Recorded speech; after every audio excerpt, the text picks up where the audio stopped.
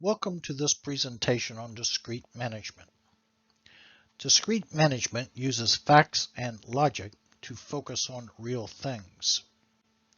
Therefore, discrete management becomes a powerful tool that provides clarity to effective decision making. It assures that the project will be executed with maximum efficiency. Finally, it is a reliable forecasting tool. Before we get started, let me introduce myself. My name is John Sponholtz. I've been a consultant and instructor for over 25 years. You can see some of my certifications at the top of the slide. I've worked with many Fortune 500 companies, universities, and governments in North America, Europe, the Middle East, and Japan. I developed a concept known as reality-based management that combines all of the elements of business and project activities into a single thought process that emphasizes facts, logic, and risk management. In this presentation, we will be looking at the following items. Discrete management is a part of reality-based thinking, so we will begin with an introduction to reality-based thinking. Then I will present a case study that will be used throughout the presentation. The case study is designed to be very simple so that everyone can easily understand the project. Next, we will compare unrealistic projects to realistic projects. This is critical to the success of any project. After that, we will apply discrete management to the implementation of our case study. You will see how discrete management is introduced into the project. You will then see how discrete management works throughout the project implementation. Finally, we will summarize the presentation. Discrete management is a part of reality-based thinking. Reality-based thinking is an alternative way of thinking that focuses on reality rather than the people. In other words, it uses facts and logic to analyze real things, such as the project and the elements of the project. It does not focus on human characteristics, such as opinions and bias about the project. First, let's define some terms. The dictionary defines reality as a thing that actually exists, an event or condition that actually occurs. If you look up the antonym or the opposite meaning, it says fantasy. Fantasy is a thing that does not actually exist, an event or condition that does not actually occur. These two definitions focus on the present and the past. Projects focus on the future, so we need a definition for the word realistic. Realistic is a measurable observation based on facts and logic that a defined, measurable, actual objective will actually be achieved. The observation uses the defined actual capability, the defined actual capacity, the defined actual availability, and the defined actual risk of the defined actual resources that are applied to the defined actual work. You may think that that definition is overdone, perhaps even silly, but think about it. It clearly defines all of the elements that we need for our project to be effective and efficient. Next, we need to understand two critical definitions: certainty and uncertainty. The dictionary provides an operational definition for the word certainty. It's very simple. It's one possibility. Therefore, uncertainty is more than one possibility.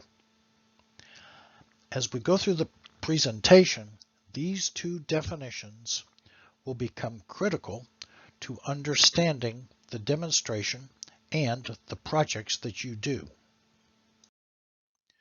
Now, let's introduce the case study that we will use throughout the presentation. The new product project was designed to present the simplest scenario possible. This was done so that everyone will immediately understand the case study. The concept is real simple. Innovative Technologies wants to develop a product it can sell to the public for a profit. It's really just that simple. Here are the details. Innovative Technologies has received a patent that can be sold and used in many different scenarios. The R&D department believes that it is less costly to produce, has greater capacity, and is more efficient than competing products. Therefore, the R&D department recommends that the company develop and market the product. The sales department isn't so sure. They have reservations. And as you can imagine, those reservations are all about sales. They're not sure that there is an adequate market size and market share to achieve a sustainable presence in the marketplace. The Treasury Department also has some reservations, and as you can imagine, their reservations are monetary. Specifically, they want to know more about profit. So they want more information about revenue and cost. The reason is obvious. Profit is revenue minus cost. Up until now, this is pretty straightforward, and this is the kind of discussions that occur all day in corporations all over the world. Let's make it a little more complicated, and let's introduce risk. Over the last several years, the economy has not been so good. Therefore, the company has acquired an uncomfortable amount of debt. Now remember, debt is an obligation to pay. This is money that the company is going to have to spend in the future. Furthermore, the future has uncertainty and risk. You're the CEO of the company. The product has the potential to be profitable and greatly reduce or even eliminate the company debt. But you want to make sure that you do not take on any more debt or expense unless you have a high level of confidence that the initiative will be very profitable and reduce the debt. A business case has been developed, and it provides evidence that the initiative is feasible. But we need to know more about the project. We need to know that the project will be implemented in a controlled, reliable manner that will result in a predictable outcome. So, what should you do? And that is our case study. First, let's take a look at what not to do. An unrealistic project will be out of control and chaotic and result in failure. Unfortunately, this is the most common way of thinking about a project. Let's look at an unrealistic example of our project. The project can be done using any number of approaches, such as spiral, scrum, etc. The only reason I chose the waterfall approach is because it is visually easy to explain. I made it small so that the entire project can be presented on one screen. I made it simple so that everyone can immediately understand it. If you're not familiar with this project type, I will explain the various parts that you see on the screen. If you look to the left side of the screen, you will see a table. The first column is titled Task Name. This column simply lists all of the work to be done on the project. To the right of that column is the duration assigned to each task. Now, you don't see some additional inputs, such as resources and labor rates. Resources are the people who will work on each task. Labor rates simply represent the hourly amount that is paid to the resources. The project uses all of this information to calculate the start date, finish date, and cost for each task.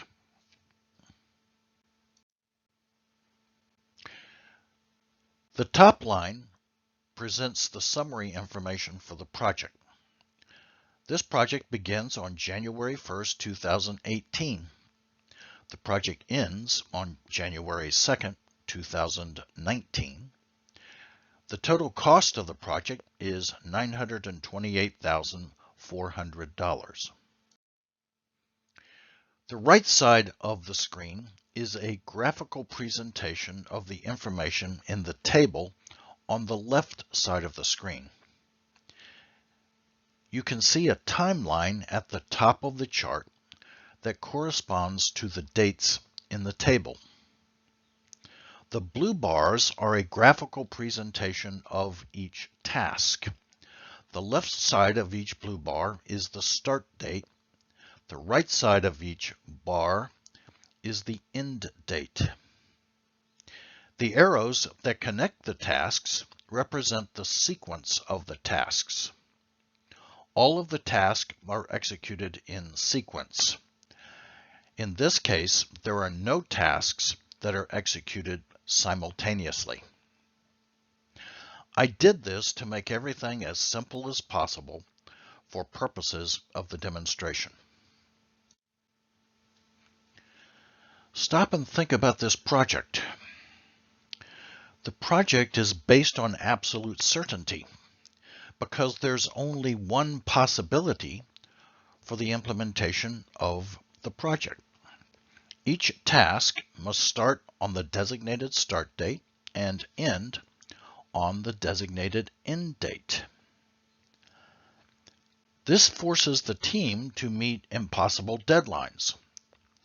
The team will either not meet the deadlines or they will cut corners to meet the deadlines. This project will fail because it does not recognize the inevitable variation that will occur in the duration of the tasks. Now, let's look at the project from a realistic point of view that recognizes uncertainty and the dynamic nature of projects. In this demonstration, we will focus on one implementation of reality-based management known as discrete management. It introduces reality by introducing the uncertainty that is present in all business initiatives. Remember, uncertainty is more than one possibility. The duration of each task is variable. There are multiple possibilities for task duration. Those possibilities are expressed in ranges. In other words, the possible task durations are placed in a range from the minimum possible duration to the maximum possible duration. Let's apply this concept to our project. At this point, we're only going to introduce a range of task durations. Later, we will introduce risk. This is the same table that we saw in the unrealistic project. I've added more information to represent the uncertainty in duration. Remember, there's more than one possible duration for each task. The totality of the possibilities is represented in a range from the minimum duration to the maximum duration. This information is then used to calculate the other data. The minimum duration is used to calculate the minimum start date, minimum finish date, and minimum cost. You can see the expected duration, expected start date, expected finish date, and expected cost. Finally, you can see the maximum duration, maximum start date, maximum finish date, and maximum cost.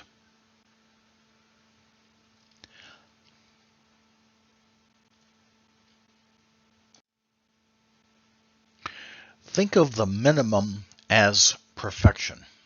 Everything will go perfectly. Think of the maximum as really bad. Everything that could go wrong does go wrong. The project will almost certainly occur somewhere in the middle, but the extremes are important points of reference because we will use them for measurement purposes. This is a model of a realistic project. It's actually very straightforward. I have simply added a white bar to represent the range for each task. The left side of the white bar is the minimum start date. The right side of the white bar is the maximum finish date. The blue bars have not changed. They represent the expected or most likely possibility for each task. This is important because it provides boundaries that can be used to make good decisions. Now, let's make the project more realistic. Let's add risk. Note that the risk impact we will be adding is before any initial risk management. The Project Management Institute defines risk as an uncertain event or condition that, if it occurs, will have a positive or negative impact on one or more project objectives. Think of it this way. Risk is not what we want to happen, but we know that risk does happen on every project. We need to plan for risk. This is a straightforward risk register. Most of this is not important to our demonstration. Let's look at the relevant data. The first section is risk identification. I've kept everything simple and generic. The cause of each risk is simply the element that will cause the risk to occur. I just labeled everything as cause 1 through cause 10. The name of each risk is simply the name of the task where the risk might occur and the word risk. The project objective is the objective that will be impacted if the risk occurs. The next section is qualitative analysis, which is a description of the attributes of risk. The two most common attributes of risk are probability and impact. The probability and impact of each risk is simply described as low, medium, or high.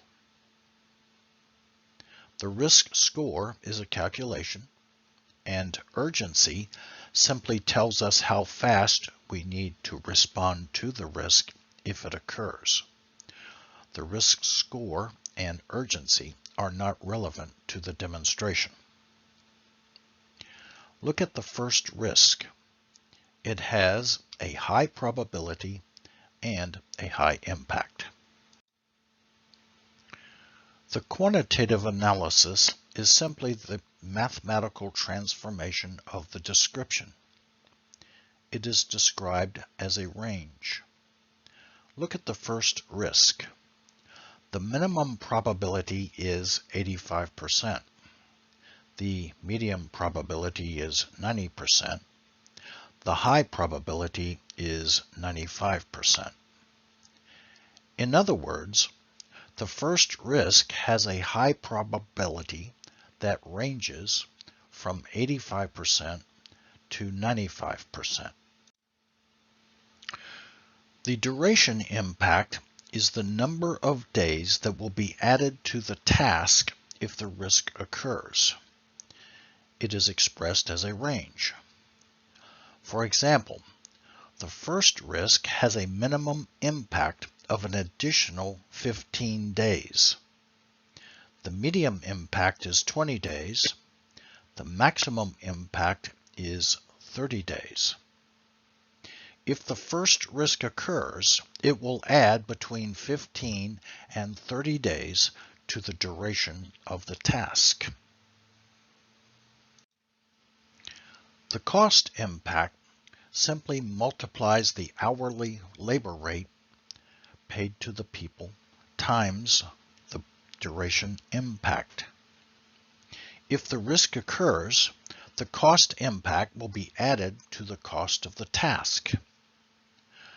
The first risk has a minimum impact of $54,000, a medium impact of $72,000, and a maximum impact of $108,000.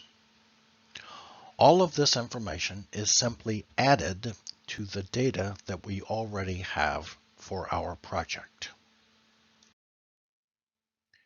This slide shows the project after risk is added, but before any initial risk management. The tasks in red are the tasks where risk may occur. These are the risks identified in the risk register. Look at the end date at the bottom of the screen. The end date, based upon minimum duration and minimum risk impact, is March 29, 2019. In the previous step, the minimum end date was November 8, 2018. The end date, based upon expected duration and expected risk impact, is July 5, 2019. In the previous step, the expected end date was January 2, 2019. The end date, based upon maximum duration and maximum risk impact, is January 23, 2020. In the previous step, the maximum end date was June 26, 2019. You can see the minimum, most likely, and maximum project costs at the top of the project. Now, let's look at the project after the addition of variation and risk. Note, the results seen here are after the initial risk mitigation for the project. This slide shows the project after risk is added and after any initial risk management. Once again, the tasks in red are the tasks that have potential risk. They were identified in the risk register. Look at the end date. The end date, based upon minimum duration and minimum risk impact, is December 17, 2018. In the previous step, the minimum end date was March 29, 2019. The end date, based upon expected duration and expected risk impact, is March 1, 2019. In the previous step, the expected end date was July 5, 2019. The end date, based upon maximum duration and maximum risk impact is September 30, 2019. In the previous step, the maximum end date was January 23, 2020. Once again, the minimum, most likely, and maximum costs can be found at the top of the project. Now, let's move forward to the execution phase of the project. At this point, all of the tasks up to the execution phase have been completed. Here is the updated project. The vertical line represents where we are in the project. It is moved to the right and is located at the beginning of the first task in the execution phase. The white bars prior to the execution phase are gone. This is because these tasks have been completed. I used a random number generator to select a duration and risk impact between the minimum and maximum durations and risks impact for each task. This represents the actual performance that would occur in a project. The results are seen in the blue bars. Remember, there's no uncertainty about these tasks. This is historical data. We know the duration, risk, and cost for each of these tasks. The white bars appear for the rest of the project, beginning with the execution phase. Look at the project outcome. The end date, based upon the minimum duration and minimum risk impact, is December 25, 2018. In the previous step, the minimum end date was December 17, 2018. The end date, based upon the expected duration and expected risk impact, is February 14, 2019. In the previous step, the expected end date was March 1st, 2019. The end date, based upon the maximum duration and maximum risk impact, is July 15, 2019. In the previous step, the maximum end date was September 30, 2019. And once again, the minimum, most likely, and maximum costs can be found at the top of the project. Now, let's move further into the project to the beginning of component 6, which is labeled COM6. The vertical line has moved to the right. Notice the white bars prior to component 6 are gone. This is because these tasks have been completed. I used a random number generator to mimic the actual performance that would occur on a project. There's no uncertainty about these tasks. We know the duration, the risk, and the cost for each of these tasks. The white bars appear for the rest of the project, beginning with COM6. Look at the project outcome. The end date, based upon the minimum duration and minimum risk, is now January 9, 2019. In the previous step, the minimum end date was December 25, 2018.